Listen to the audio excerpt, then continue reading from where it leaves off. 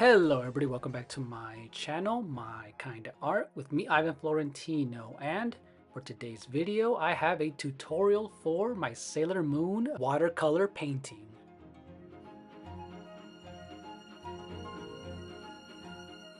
And I use the exact same process to draw this Kid Goku as well.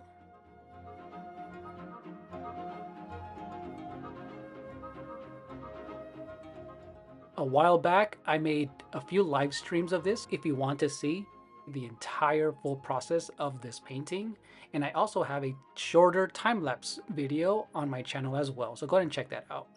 But today, this is a full step-by-step video of how I created this watercolor paint, the entire sketching process, and finally using a spray varnish to protect it.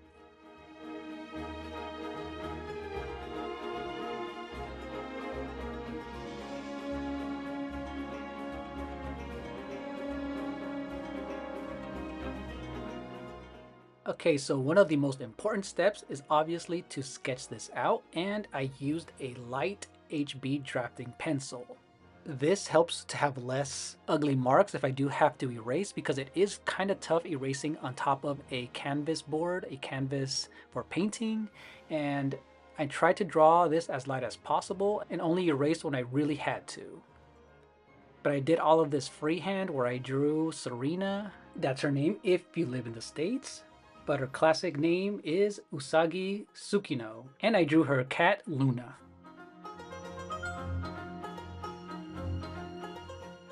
And one of the reasons I wanted to draw this was a gift for my girlfriend. She loves Sailor Moon. She grew up watching the show, and I also wanted to challenge myself to do something with flat colors, acrylic paint, and actually draw on a canvas board and see if I can do some very nice, crisp, clean black outlines and just have that classic anime style.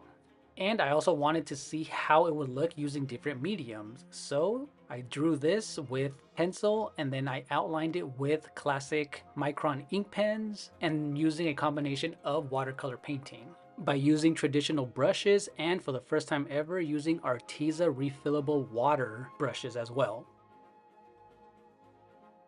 Now for these ink pens, this came in a set, and I actually experimented with 05 and 08, the 45mm and the 50mm tips, and I also used one of the brushes as well. And this one I experimented because I didn't know how thick I wanted them to be, and I actually ended up going over every single line twice just to get that nice crisp clean line. And because the canvas is very rough, you might have to do this several times just to make sure you fill in all of those little crevices as well.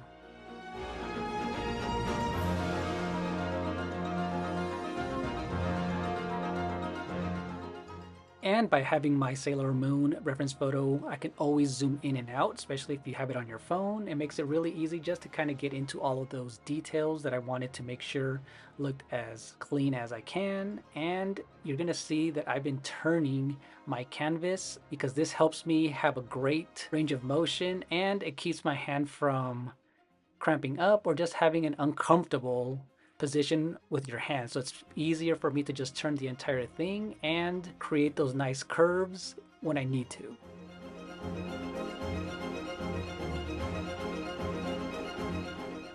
And after all of that line work, I made sure everything was completely dry.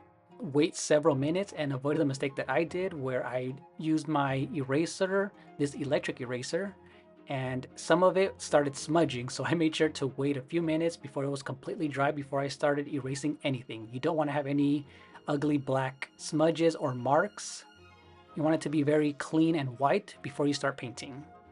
And for the first time ever, I'm trying these Arteza watercolor brushes, and these are squeezable, and it comes in two sets of two different sizes. So one of them is a fine pointed small tip, and the other one is a medium, almost rounded tip as well. And these are very easy to fill up. Now it did take me a little while to kind of get used to how the water flows. So even just pressing a little bit or squeezing a bit of the pen makes it go a long way with the water coming out, and then choosing the paint that I'm diluting. And for this, I have a huge watercolor compartment paints in these little squares, and I also have this tiny one that I also tried out, and what worked perfectly for her hair was this neon yellow. But I actually went for my larger watercolor set because these were a great base color. And it did take me a while to get used to how dark and how vibrant I wanted them to be. So one of the best things to do, because this was my first time using it, was just going for a very diluted color first, just to kind of see what type of color that I wanted her skin tone to be, the red in her bow, the yellow in her hair, and I did make sure that it had to be dry before I went in for the next layer, or else I was just moving the pigment around and not really getting layers like I needed to for a solid color, because it's an anime style. That's what I wanted that look to be.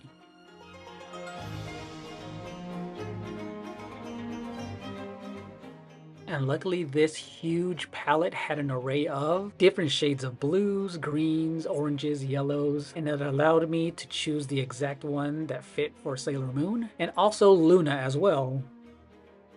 And I decided to add Luna to the right side of the canvas because this is what I wanted from the very beginning, was just to have Luna somewhere in this painting, and it worked out pretty well. And what I forgot to mention was having some paper towels next to you, several towels to kind of dry up, to clean up the brushes in between choosing different colors, having several containers of water to clean in between drying and choosing different pigments.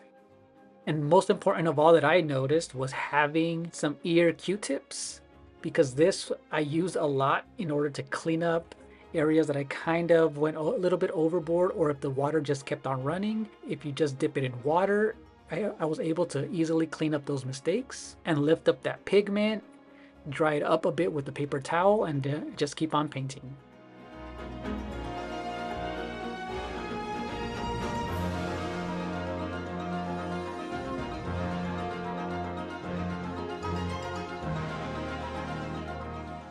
And after it completely dried, I went in for a second coat of paint, but this time with the oranges for that shadow in her hair, in her blonde hair. I even used a Q-tip to remove some of the pigment, have that almost white highlight in her hair.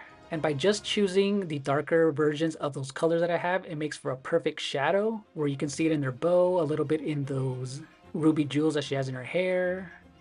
I painted the pink in her tongue and a little bit of gray in those white gloves and just the white school outfit that she has.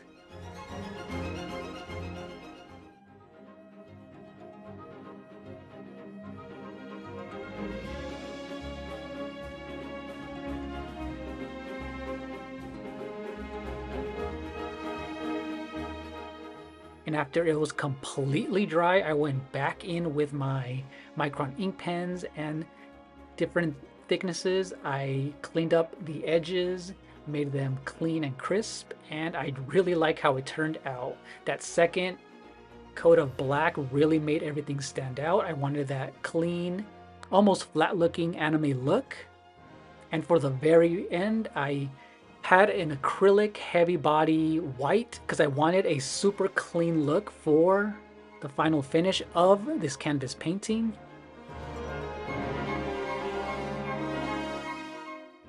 And just a quick tip with the acrylic white paint, this one is a very heavy duty, heavy body, which means it's super thick. I diluted it with a few drops of water. I didn't want to go super thin where I had to do so many coats, but just enough that it was easy to spread around the canvas, and that's what I did. And the reason I did this was because the canvas was kind of dirty, and after painting, I just wanted something super clean and pure white, and that's what a nice acrylic white would do.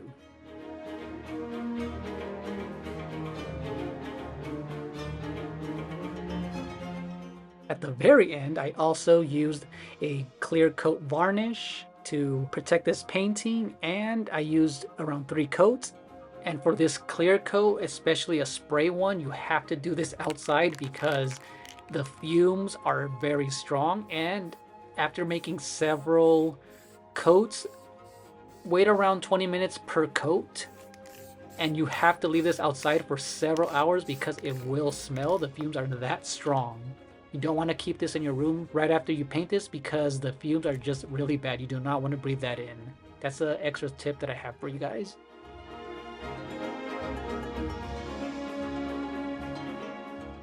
So thank you guys so much for watching and see you in the next one.